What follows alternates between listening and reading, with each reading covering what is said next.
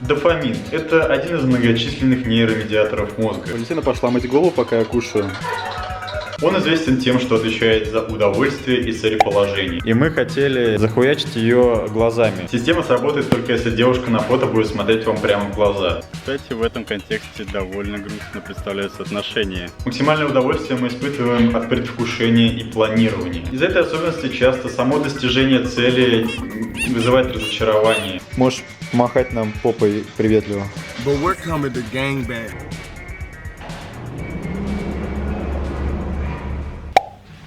Два часа ночи, друзья, и, о, господи, я направляюсь в клуб ночью. Новогодние. Он даже навести на вас фокус не может. Ну и хорошо, потому что порнуха полная. Привет, Шмидт Федор, это я, а это Манидир Свет Амур. Вы на моем канале, вот там где-то написано мое имя. Манидир здесь ни при чем, просто пиздец смешное имя, и как-то для контраста я его увидел и решил рассказать, что есть такой человек. Вот, значит, сижу я и копаюсь недавно, ну или уже это было давно, в информации об отеках. Ну и отеки, как правило, являются следствием проблем с почками и сердцем, и давление когда либо слишком высокое, либо слишком низкое, тоже задерживается в лимфе и в тканях. Кстати, вы знали, что Целлюлит – это отек. Жир связывает очень много воды. У меня нет целлюлита, и Дом 2 я не смотрю, кстати, но там на отечественном ресурсе парень очень много рассказывал о давлении. люблю я отвлекаться, но давайте дальше. Я все подвожу к другому. И в какой-то момент меня цепанула фраза о том, что если у вас низкое давление, то вы постоянно чувствуете вялость. Ведь весь мой биохакинг, он нацелен на то, чтобы подавить ту вялость, и я всегда думал, что виной тому гормоны. Искал причины в тестостеронах, я искал причины в эстрогенах, я искал причины в антистрептозолине. Вы в курсе, если вы смотрели несколько последних влогов, ну и вообще, если вы все влоги смотрели. Нужные гормоны, типа тестостерона, всегда на пике нормы. Казалось бы, странно объяснять свою вялость пиковыми значениями тестостерона. Так вот, я решил замерить свое давление. И как вы думаете, какое у меня давление? Вы, наверное, уже видели его, если вы подписаны на меня в Инстаграме. Глядь. Я не ослышался? Вы сказали глядь? Глядь! Что обнаружил я? Нихуевую гипотонию. Это утро после завтрака, это вечер после тренировки ног, а вот после тренировки спины все шито-крыто. Глядя на эти цифры, многие подписчики подумали, что я уже при смерти, и даже, наверное, послушали какие-то грустные песни в тот вечер.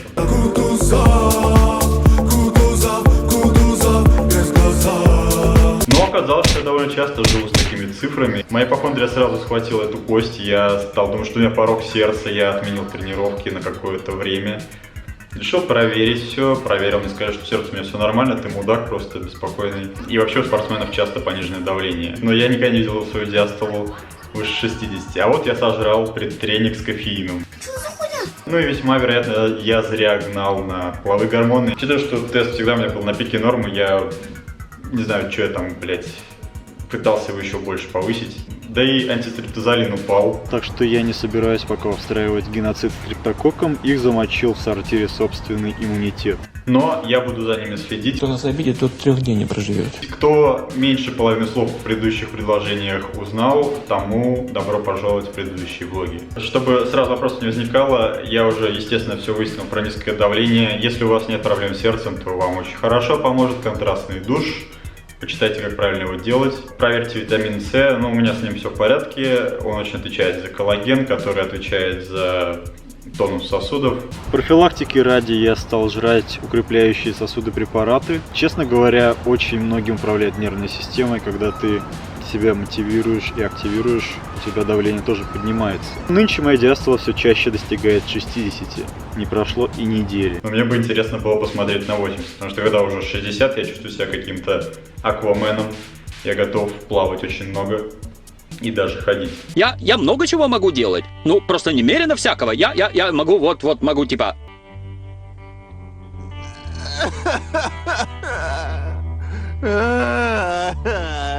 Что там на 80, мне кажется, я буду чувствовать себя героем фильма «99 франков» в его лучшие времена.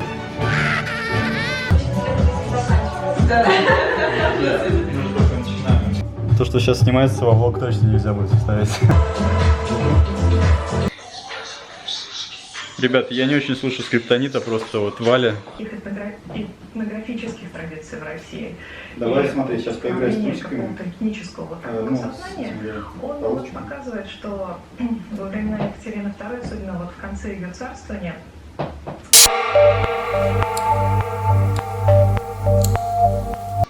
Валя не выдержала рассуждений историка по русскости, и мы включили что-то более музыкальное.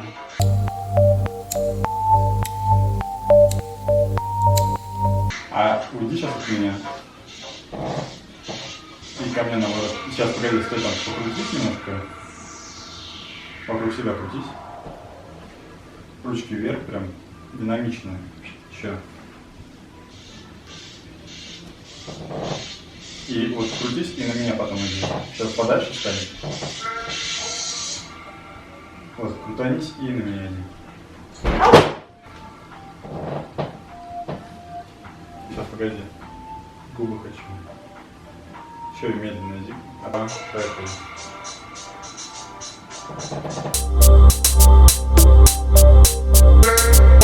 Доброе утро, отправляемся к Сергею. Он что-то новое нарисовал нам по квартире, плюс я хочу сделать небольшое объявление.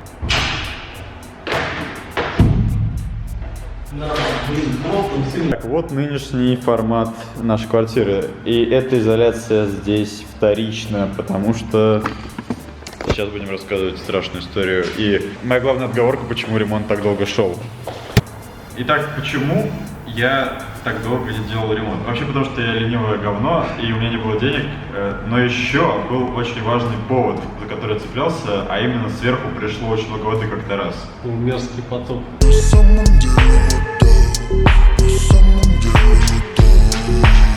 Значит, вот это стояк, я так понимаю, и вот там, видите, есть такие подтеки. Короче, туда как-то раз слилось очень много воды.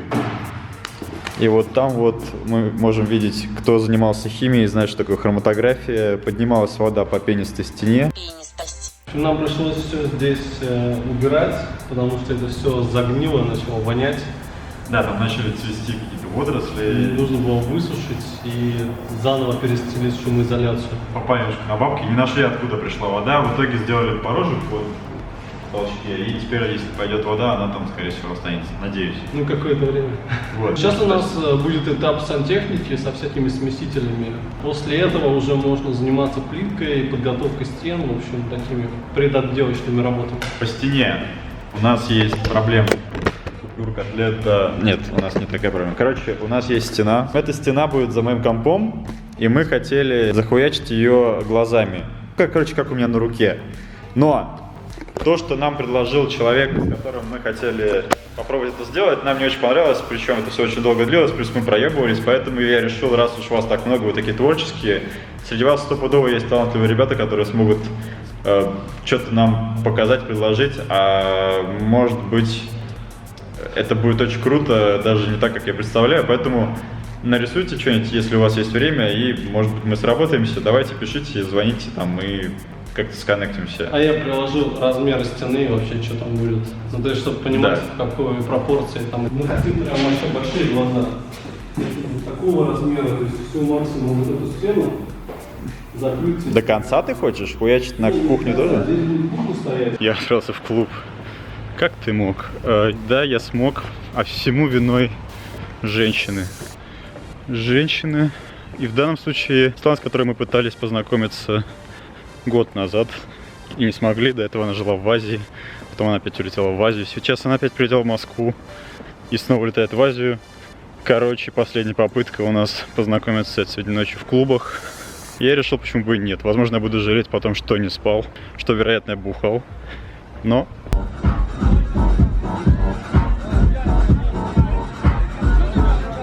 Это Светлана, мы заехали с ней в родню, мы очень разочаровались. В общем, побывали мы в родне, дикое разочарование. Первый раз у Светланы тоже разочарование. Образ двухлетней давности, который был в моей фантазии, в памяти, он просто разрушился. Нас еще содрали 1200 рублей за каждого за вход. Просто какой-то исторический рекорд для родни. И просто за ни за что, за то, что там какие-то толстые девочки пляшут в каких-то прозрачных топиках.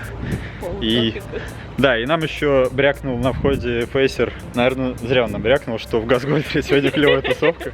И Вася, да, Вася, который классный фейсер, мой знакомый, он как раз в нем. Кстати, пока я думал, что у меня проблемы с сердцем, я не ходил в зал. Несколько недель перерыва в качалке, это, конечно, жесть. Позавчера я сходил на тренировку ног.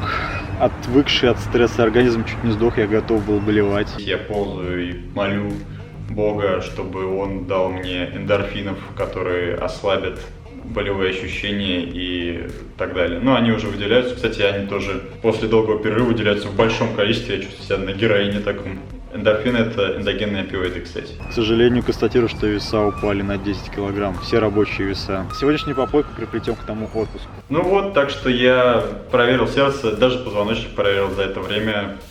Тоже ничего с ним не происходит, все хорошо. Несмотря на мою классную становую.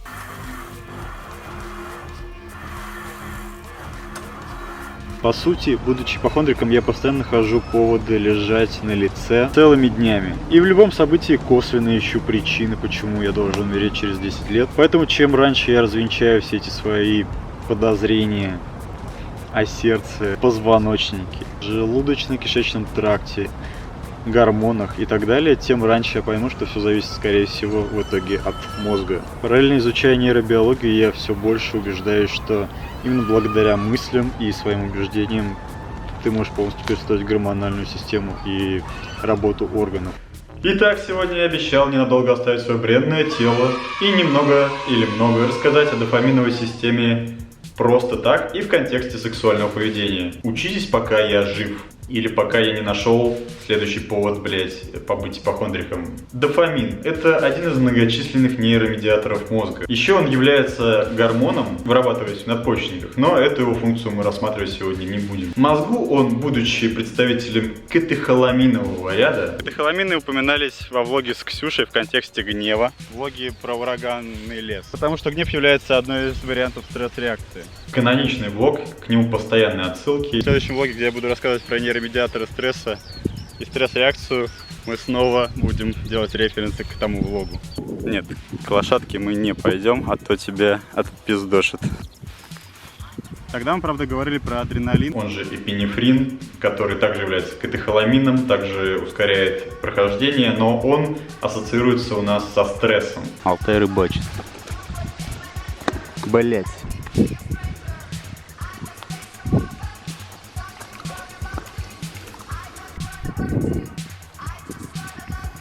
Итак, катехоламины. Именно они были повышены в тот злополучный день, когда я начал записывать эту лекцию. В моем организме за счет повышения стресса из-за алкоголя и недосыпа.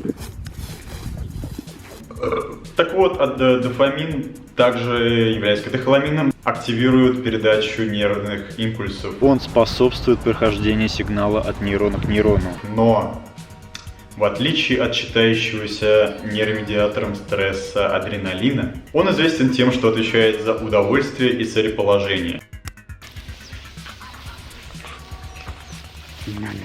Логика такая. Вовсе не значит, что если вы возьмете шприц с дофамином и кольнете его в коленку, то вы почувствуете, как ваша коленка оргазмирует. Вы не начнете строить долгосрочные планы по поводу колена, но конкретно в тех областях мозга, которые отвечают за сексуальное поведение, награду, планирование, а также предвкушение удовольствия и достижения. Вот в этих областях мозга дофамина очень много. И дофаминовые пути там играют очень серьезную роль. Область эта называется дофаминовая мезолимбическая система. Это часть лимбической системы нашей любимой. А теперь любопытные особенности. Время охерительных историй. Друзья, у нас сегодня рубрика эксперименты. Супер короткий, покажу бэкстейдж. Это у нас не будет, как обычно, голые женщины пьяные в масле. Что-то там все намазали. Посмотрим, что получится. Я в себе не уверен совершенно, просто как старый импотент. Значит, Злата — это наш гениальный... Это мой друг Григорий. Гениальный визажист, да. Вот это ее друг Григорий, она предложила на него поставить мой свет, который не может держаться на вытяжке. Он каменный, поэтому он должен держать. Ну вот ты его как бы поставь, давай попробуем. Я боюсь его трогать, честно говоря. Да блин. И ты хочешь перед ним поставить член? Ты думаешь, что он удержит, да? Тени члена нет? Нет. Лиза, это сделайте одухотворенное лицо. Вот ты когда закатил глаза, тебе только пены изо рта не хватает чуть-чуть. Есть. Член. Григорий. Мне кажется, там что-то все двигается, да? Я слышу звук здесь. У нас был просто творческий процесс. Вот как это называется. Я на 6-й год работы знал, что бывает творческий процесс. Креативный подход. Значит, у нас картина «Женский багажник». Как тебя зовут? Лена. Лена подруга Лизы. Лена нас везет куда-то, непонятно куда. И мы здесь блокируем дорогу на Патриках. Ладно, поехали, а то нас сейчас отпиздят.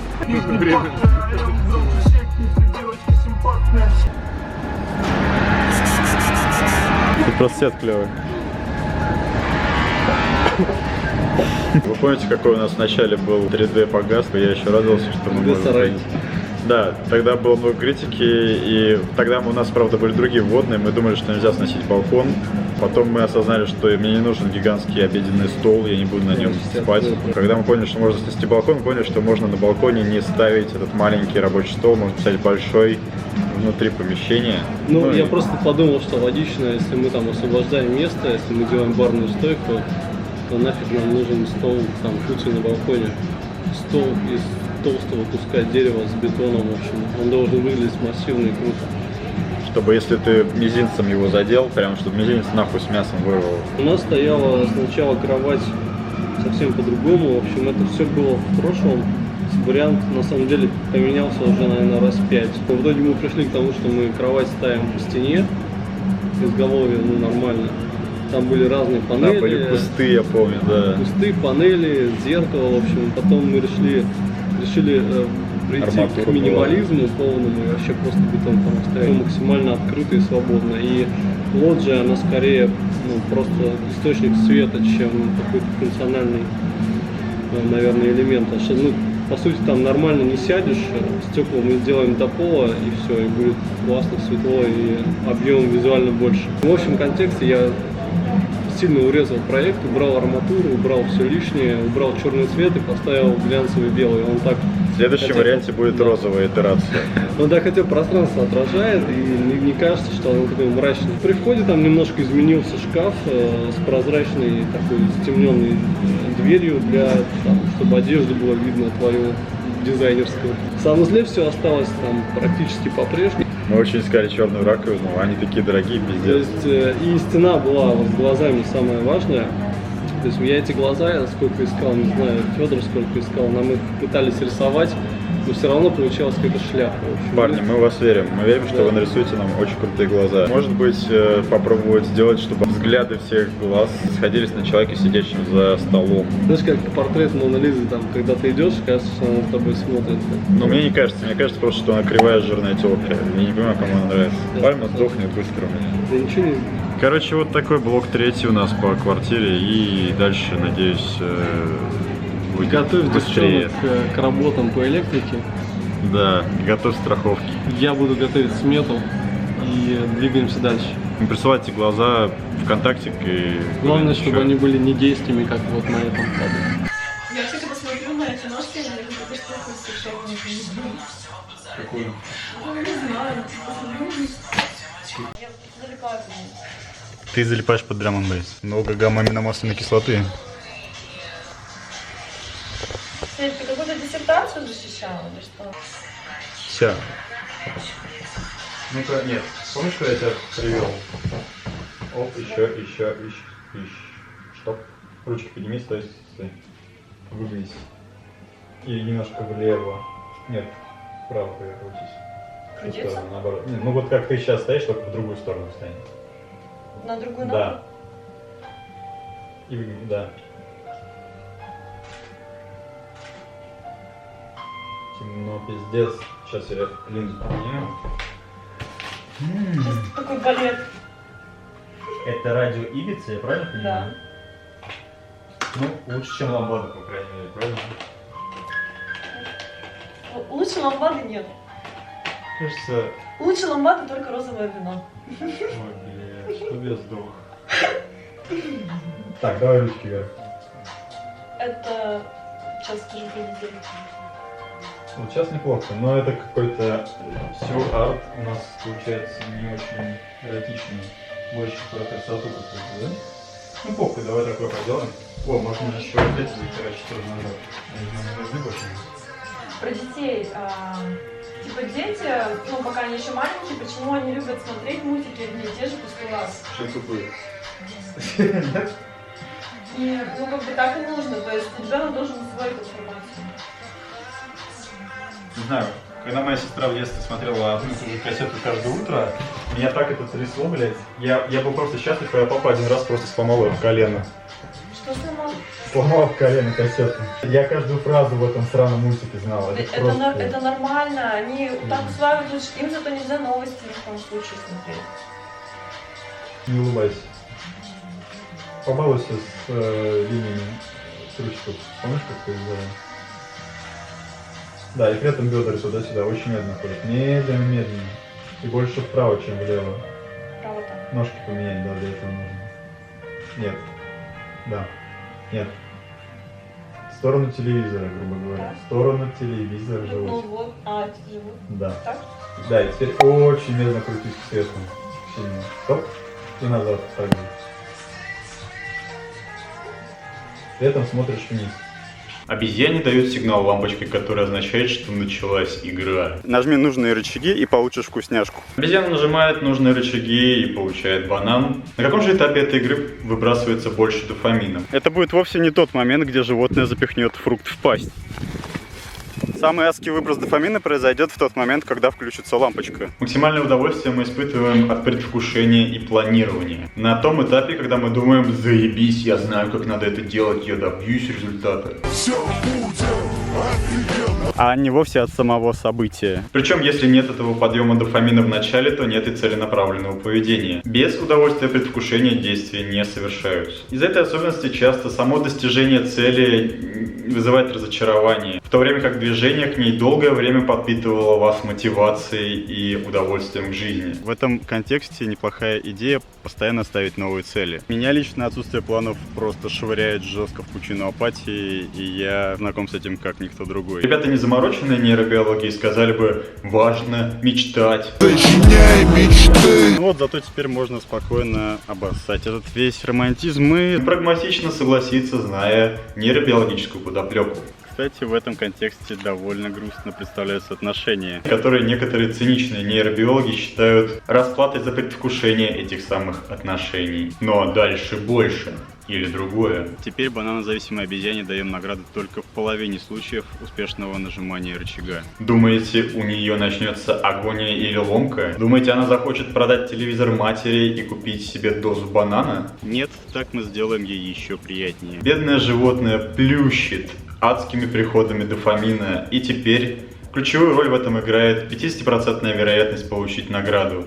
Магические слова «может быть». Это механизм, стоящий в основе азартных игр. Задроты называют это прерывистым подкреплением. При таких условиях адски бомбит дофамин. Сильнее будет только если обезьяну объебошить коксом или другими эйфоритиками. Таким образом, люди намного усерднее готовы работать в нестабильных условиях, нежели чем в скучном контексте стабильности и предсказуемости.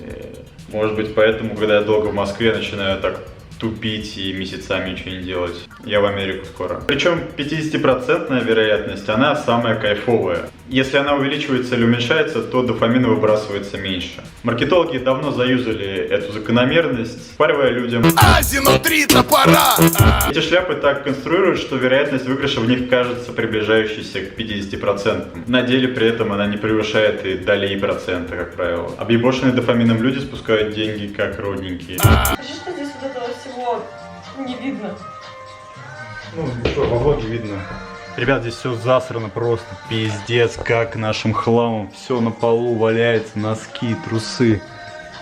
Пони, люди. Да, я сегодня побрился как мудак. Ненавижу синий цвет, потому что он все недостатки кожи вскрывает. А вот красный, ребят, очень рекомендую. Почему вы думаете, в техноклубах все в красном цвете? Чтобы этих объебосов лучше воспринимать. Привет, мы в Газболдере, здесь намного лучше, хотя стоит столько же. Все нормальные мои знакомые здесь, и люди гораздо красивее, взрослее. Сейчас будем бухать.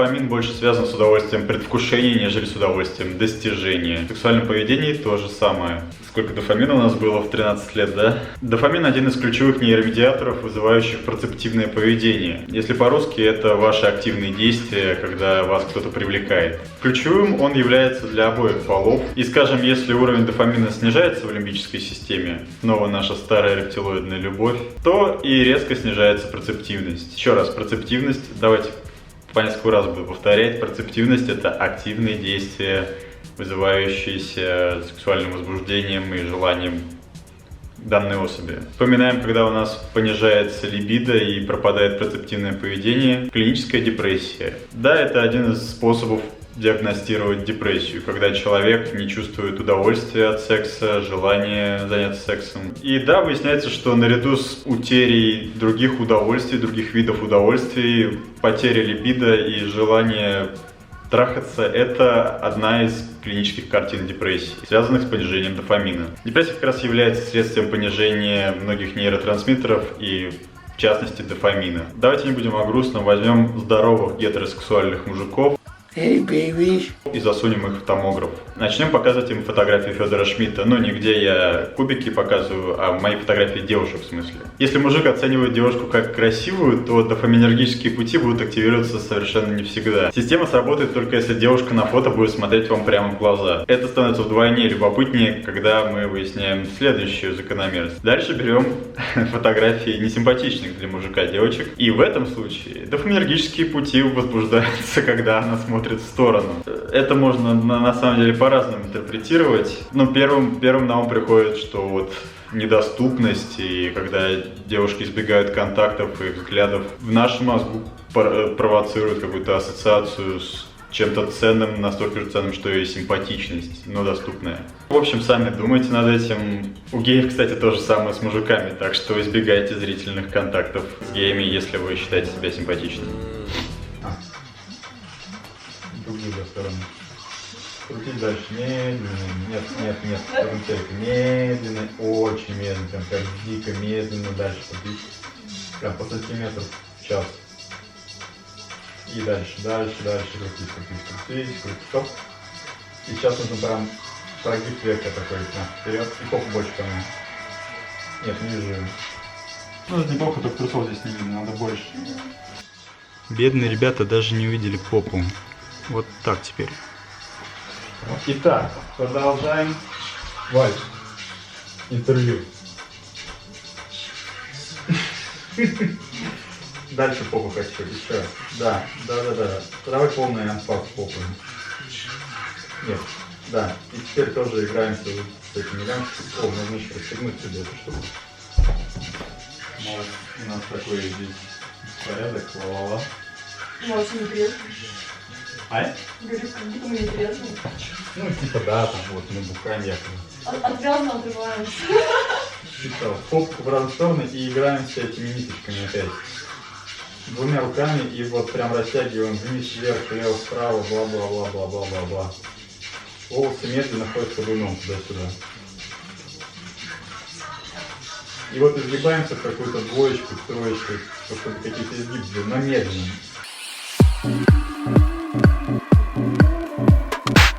Валя, короче, была вообще у нас не удел, она была больна. Она чахла, когда я пришел. Но я пошел спасать в аптеку, которая, блядь, в Москве. Я всем в Европе всегда хвастался, что у нас все круглосуточное. Ни одной сраной аптеки на Тургеневской ночью не работает, после 11 вечера. А дальше вы все видели. Вы кинули? Сейчас найду. Спасибо большое. Шел купить подруге обезболивающих, но в центре все аптеки закрыты.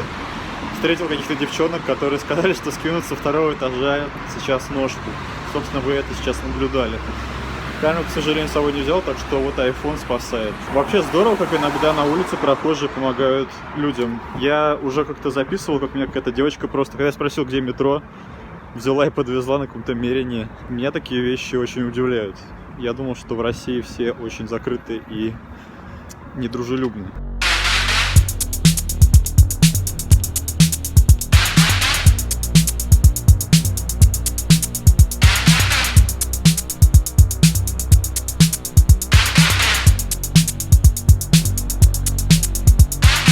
тусовка закончена. Я немного сожалею об алкоголе и о недосыпе, но я рад, что познакомился с этим человеком.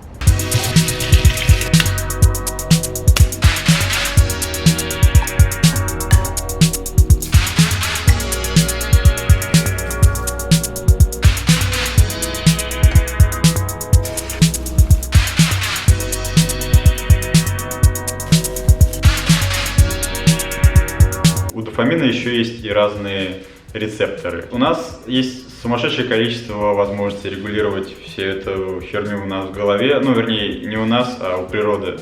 Все это зависит от кучи факторов, которые начинаются с анатомии, которая зависит от генетики, эпигенетики, вашего опыта в течение жизни и так далее. Как у вас что формировалось, какие связи у вас построены. От гормоналки это зависит, от питания, от солнечного света, от всего. Но даже если у вас очень много дофамина, даже если в итоге вы такой весь из себя жизнерадостный, делаете очень много дофамина, все еще будет упираться в рецепторы, которых бывают еще и разные типы. Соответственно, у вас, допустим, много дофамина, дофаминергические пути хорошо развитые, вы выделяете кучу дофамина, в зависимости от того, на какой рецептор он сядет, в итоге получится совершенно разный электрохимический сигнал. Итак, разные рецепторы. Что же из этого следует? Так вот, на мышах-полевках, которые не так далеко от нас генетически стоят, изучали два рецептора дофамина, D1 и D2, которые отвечают за прочность моногамных отношений. Это работает так. Если у них мало рецептора D2, то они не хотят, в принципе, ничего. D2 в большом количестве заставляет их хотеть спариться с какой-то конкретной особью. Вот они видят цель, идут к ней и пытаются с ней замутить. Как только они спариваются, если D2 не уменьшается и не увеличивается в этот момент количество рецептора D1, они точно такое же желание испытывают, но оно может реализоваться с любым мышем вокруг. То есть D1, повышаясь после спаривания, заставляет их захотеть долгосрочных отношений с этой мышкой. D2 же будет толкать их постоянно пытаться спариться с кем-нибудь еще. Ладно, я снимаю его. Опять все эти танцы, шманцы, танцы-обниманцы, танцуют вокруг испанцы. Где танцы? Ты прям любишь ретро, да? Да, они впитываются в меня с первого раза, я тебе говорю. Руки хочу, вот 2 руки, волосы и игры вот с этими ниточками.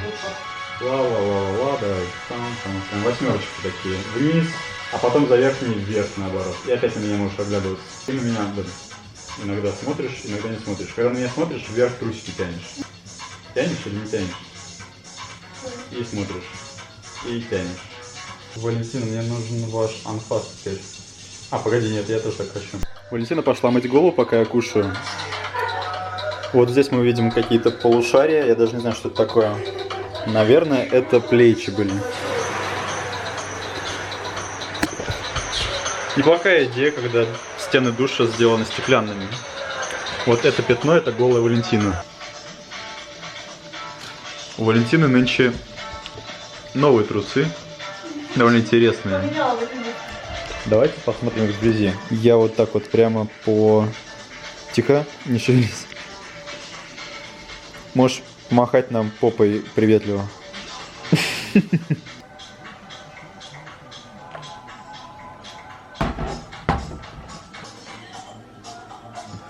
Вот такой пресс у Вали. Я ее скоро догоню, буду сушиться, когда наберу 75 кило, наверное, где-нибудь.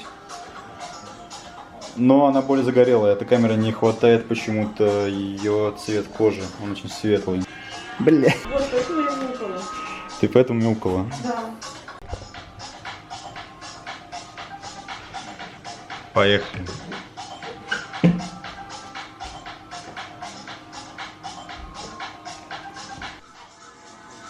Мы пытаемся повторить нашумевший кадр с пиццей, только без пиццы. Просто с валенным сердечком. И носками с какими-то бантиками. Давай пробовать. А какой процент вообще со всего, вот, что происходит в 50 выкладываешь? 2. Да? Примерно так.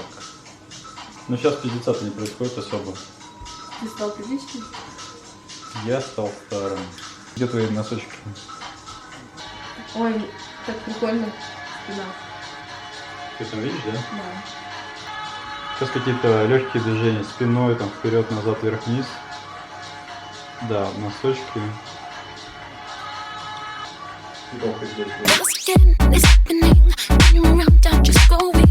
Снимаем эмбриона. Итак, D2 отвечает за желание образовать пару. Очень хочется образовать пару, и D2 на первом этапе очень важен. D1 не важен, потому что он именно будет за сцепливание отвечать. Вот мышь нашла себе мышь, образовала с ней пару по полной, и если в этот момент D2 не меняет свою активность, не уменьшается, а активность D1 не увеличивается, то у него такое же желание образовать пару, оно совершенно не уходит. Оно может реализоваться с любым мышем вокруг. Если в этот момент D1 не повысится, то этот кусок меха захочет образовать пару со всеми кусками меха вокруг, и ничто его не остановит. Образовал пару, через минуту еще одну пару образовал. Рецептор D2 таким образом отвечает за предвкушение образования пары. Он делает нас желающими вступить в пару. У нас, кстати, такие же есть рецепторы дофамина. И вы все время хотите вступить в пару, даже после того, как вступили в пару. Это как наступать в какашки каждый день. Ну, в общем, это плохая ассоциация. Короче, D2. D1 же способствует получению удовольствия от истинно моногамных отношений. Грызунам. На людях это пока не очень доказано, ну, вернее, пробовали с маленькими выборками, что-то похожее есть. Это удовольствие, связанное с преданностью. Но поехали дальше. Итак, друзья, как обычно, забываем снимать влог. Пожалуй, лучший ракурс на сегодня у нас найден. И я даже не знаю, что сказать, вот как бы вы все видите, все очень хорошо. 4 ночи мы снимаем, где-то 12 часов, нет, меньше. Сегодня мало снимаем, в основном ты залипаешь в ноуте вообще. Да, я теперь трейдер, как сука, просто трейдю. Все, это совершенно восхитительно. Давай теперь снимать тебя в темноте. Сука, как мне непривычно, что ты добрый. Я совершенствуюсь. Закрываем сосочек, носочки на конец ступеньки. Так не видно? Нет, попку максимально назад. И погнали. Видно. А, вот так не видно. Окей, давай. Прям подряд давай 10 раз. Попку максимально еще больше назад. Поехали. Подряд прям. Можешь чуть через бок попробовать их сделать. Через другой бок. Да, вот. Охуенно. Ты как-то отжимаешься. Это плохо. Там на столе такой бардак.